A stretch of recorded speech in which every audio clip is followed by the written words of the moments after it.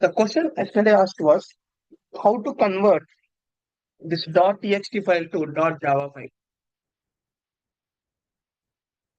For that, what you have to do, go to view, select the file, go to view. Normally, I think you cannot see the extension. If you didn't see the extension, see.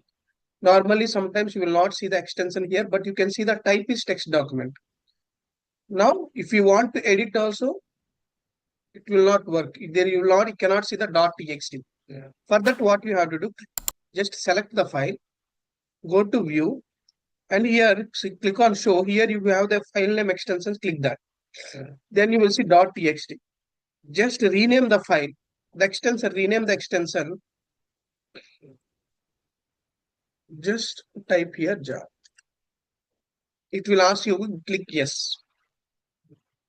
Here is the process to convert the .txt file to the .java file.